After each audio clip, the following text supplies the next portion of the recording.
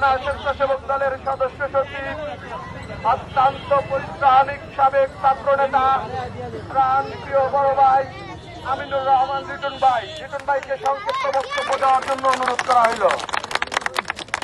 বিসমিল্লাহির রহমানির রহিম। ধন্যবাদ ৩৩ নম্বর ওয়ার্ড স্বেচ্ছাসেবক দলের সংগ্রামী সদস্য সচিব খান আজাদকে। মোহাম্মদপুর থানা স্বেচ্ছাসেবক দলের পক্ষ থেকে ঢাকা ১৩ আসনের ববি আজাদ ভাইয়ের এই নির্বাচনী গণসংযোগের সমাপ্তি শেষে আমাদের এই প্রোগ্রামে উপস্থিত ছিলেন ঢাকা মহানগর উত্তর স্বেচ্ছাসেবক দলের সিনিয়র সহসভাপতি লিটন মাহমুদ বাবু। গুরুতর অসুস্থতার কারণে আজকে উপস্থিত হইতে পারে নাই।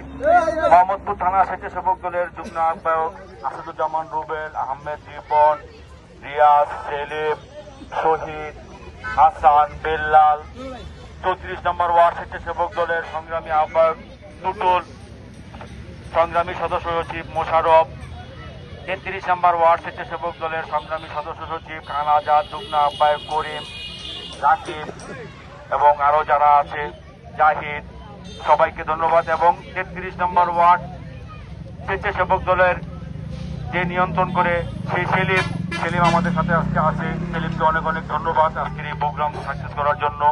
বিশেষ করে আমি ধন্যবাদ জানাই আমাদের ছোট ভাই হাসান, জামাল, নকিব, এদেরকে ওরা গতকালকে থেকে আজকে পর্যন্ত এই পরিশ্রম করার ফলে আজকে আমাদের এই প্রোগ্রামটা খুব সুন্দরভাবে আমরা সম্পন্ন করতে পেরেছি। এই জন্য মোহাম্মদপুর থানা স্বেচ্ছাসেবক দলের পক্ষ থেকে আমি লিটন আমিনুর রহমান লিটন, আমি সবাইকে অনেক অনেক ধন্যবাদ। এবং আগামীকালকের প্রোগ্রাম আমরা মেসেজে জানিয়ে দেব।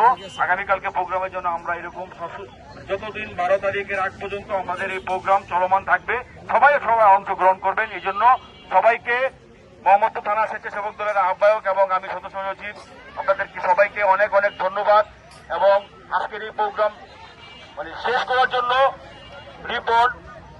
রিপন দেলোয়ার যারা আছে তাদেরকে সবাইকে অনেক অনেক ধন্যবাদ জানিয়ে আমার সংক্ষিপ্ত বক্তব্য শেষ করছি। আসসালামু আলাইকুম।